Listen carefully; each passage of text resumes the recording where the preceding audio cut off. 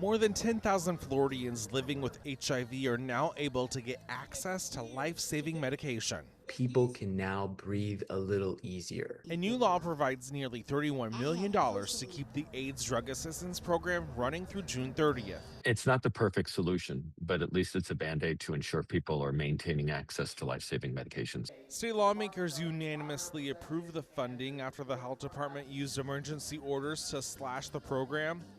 Those changes included reducing the eligibility from 400% to 130% of the federal poverty level, eliminating premium assistance, and removed medications from the program. We certainly have been incredibly anxious over the fact that people living with HIV/AIDS in Florida weren't sure how they were going to get their medication. Michael Rayner is one of the 30,000 Floridians in the AIDS Drug Assistance Program to pay for expensive HIV medication. He says it's important that the legislature reverse all the cuts when lawmakers come back to Tallahassee to pass a budget.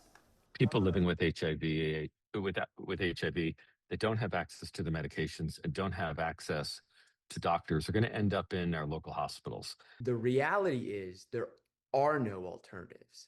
There are patient assistance programs that drug manufacturers offer, but those are temporary fixes. State data shows there were more than 32,000 people living with HIV across Florida in 2024, and that number is going up. That's why the AIDS Healthcare Foundation calls ADAP a lifeline for the state. We won't see any more treatment interruption.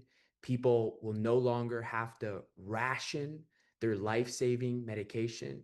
Patients will no longer have that fear and anxiety. The new law also requires the health department to update lawmakers and the governor on where the program stands every month. The first report is due next week. In Tallahassee, I'm Cody Butler reporting. Not just budget lines. They're not just numbers. They're not just